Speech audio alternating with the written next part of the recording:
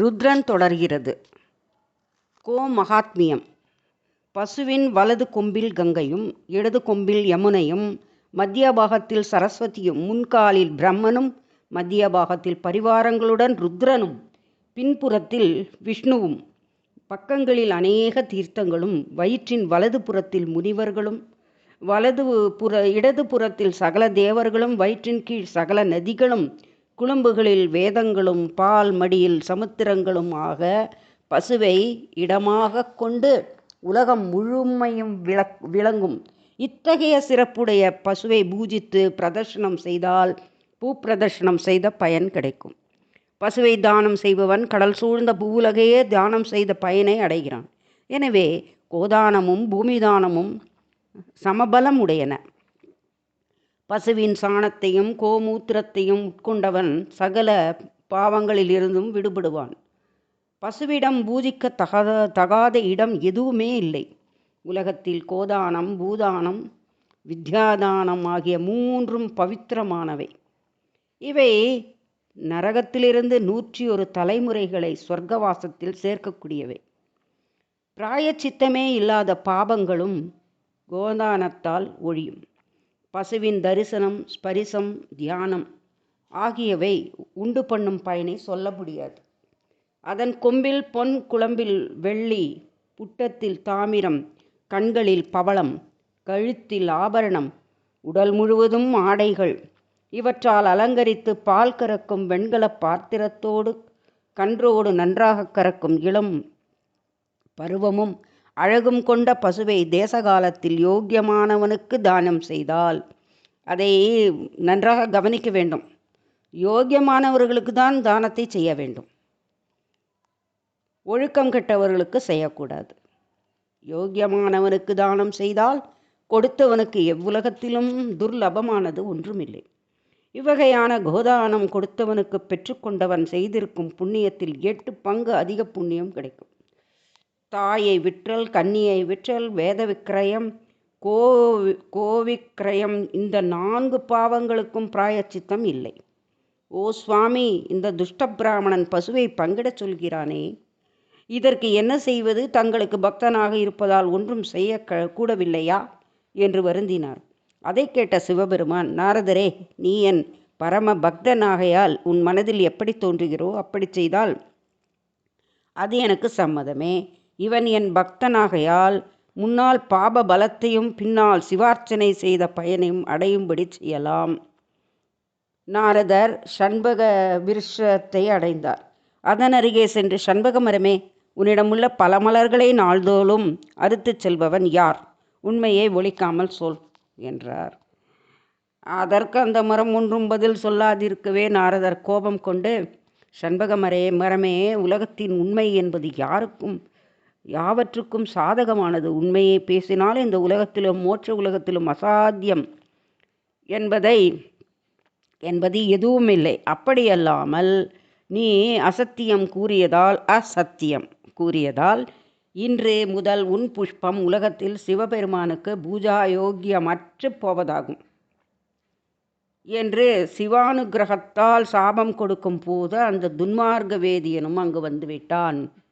நாரதர் அவனை கண்டதும், அடடா, நீ சண்பகமலரின் சிறப்பினால் சிவபூஜை செய்து அரசனிடம் அதிகாரம் பெற்று அநேக பிராமணருக்கு தொல்லை செய்கிறாய்.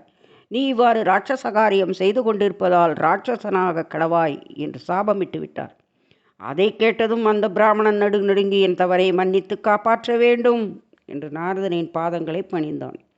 அவர் சிவபெருமான் கூறிய வார்த்தையை மனதில் கொண்டு அவன் விஷயத்தில் தயாஸ்வரூபியா, பிராமணா, நான் சொன்னது மாறாதாகையால் நீ அவ்வாறே ராட்சச வடிவம் அடைந்து விடுவாய் என்று கூற அப்போதே அவன் விராதன் என்ற அசுரனானான்.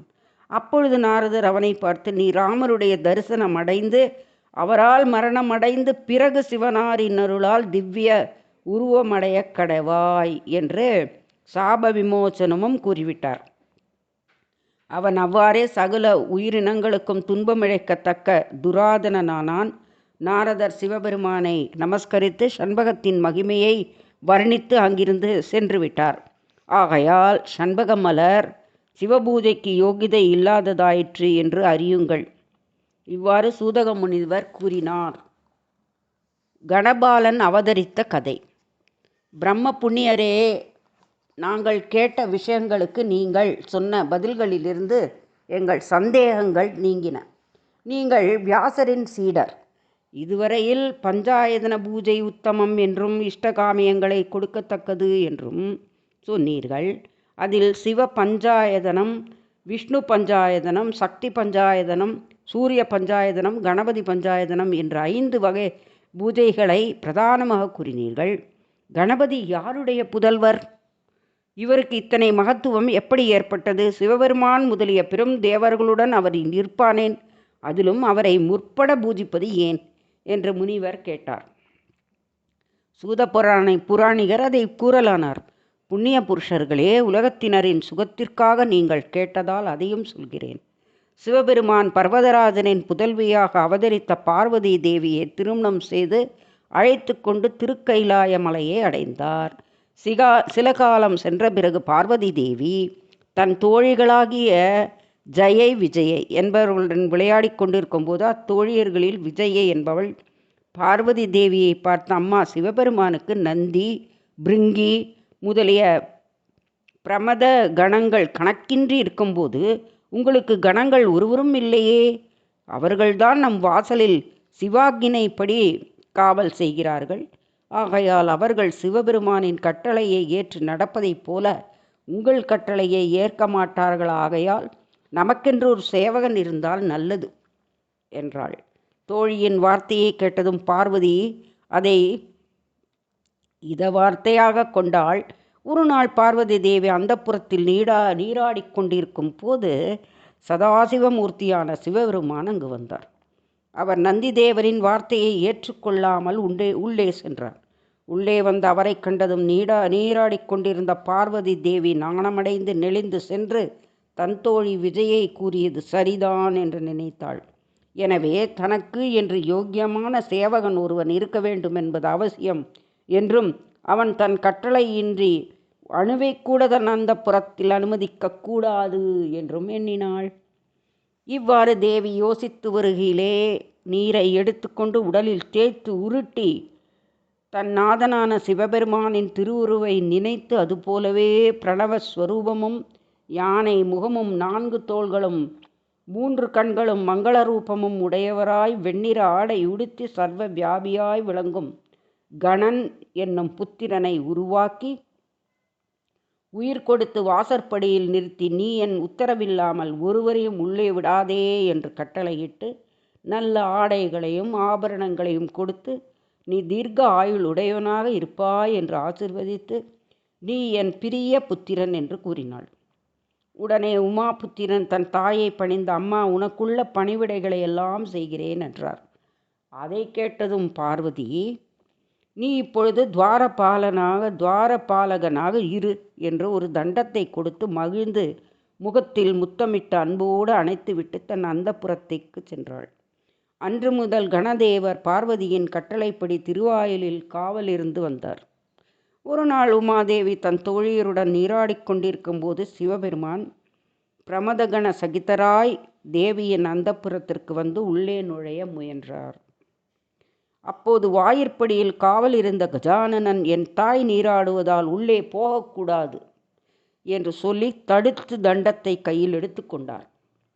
அதை கண்டதும் சிவபெருமான், என்னை யாரென்று நினைத்தாய்? நானே சிவன் என்று சொல்லி மீண்டும் நுழைய முயலும் போது கணபதி கோபித்து கையில் இருந்த தண்டாயுதத்தால் ஓர் அடி அடித்து, சிவனாக இருந்தால் என்ன, இப்போது ஏன் மீண்டும் போகிறீர் என்று தடுத்தார். உடனே சிவபெருமான் கணபதியை நோக்கி, நீ என்னை அறிய மாட்டாய், நீ மூர்க்கனாக இருக்கிறாய், உன்னை இங்கே அமர்த்தியவளுக்கு நான் கணவன் என்று சொல்ல கணபதி மீண்டும் அடிக்க சிவபெருமான் கோபம் கொண்டு பிரமத கணங்களை கூவி அழைத்து, இவன் யார், இவன் துடுக்குத்தனத்தை பாருங்கள் என்று சொன்னார். அப்போது பிரமதர்கள் துவாரபாலகளாயிருக்கும் விநாயகர் பார்த்து, நீ யார், நீ ஏன் இங்கு வந்தாய், உன் வேலை என்ன என்று கேட்டார்கள். அதற்கு கணனோ, நீங்கள் யார், இங்கே ஏன் வந்தீர்கள், தூரப்போய் விடுங்கள் என்று அதட்டினார். பிரமத கணங்கள் அவரை பார்த்து சிரித்து, இவன் யார், பகைவனை போல கடின வார்த்தைகளை பேசுகிறானே என்று ஆலோசித்து மீண்டும் கணபதியை பார்த்து, அப்பனே, நாங்கள் சிவகணங்கள், சிவபெருமானிட்ட கட்டளையை செய்பவர்கள். உன்னையும் எங்கள் கணத்தைச் சேர்ந்தவன் என்று எண்ணியிருந்தோம். இனி தூரச் செல். இங்கே இருந்தால் நாசமாய் விடுவாய் என்று அதட்டினார்கள். அந்த மிரட்டலை கேட்டு பொருட்படுத்தாமல் யானை முகத்தார் வாயிலை விட்டு நகராமல் அங்கே இருந்தார். கணங்கள் சிவபெருமானிடம் நடந்தவற்றை சொன்னார்கள். சிவபெருமான் அவர்களை நோக்கி, கணங்களே, நீங்கள் என்ன பேடிகளா? அவனை துரத்தி விடுங்கள் என்றார். தொடரும். நன்றி, வணக்கம்.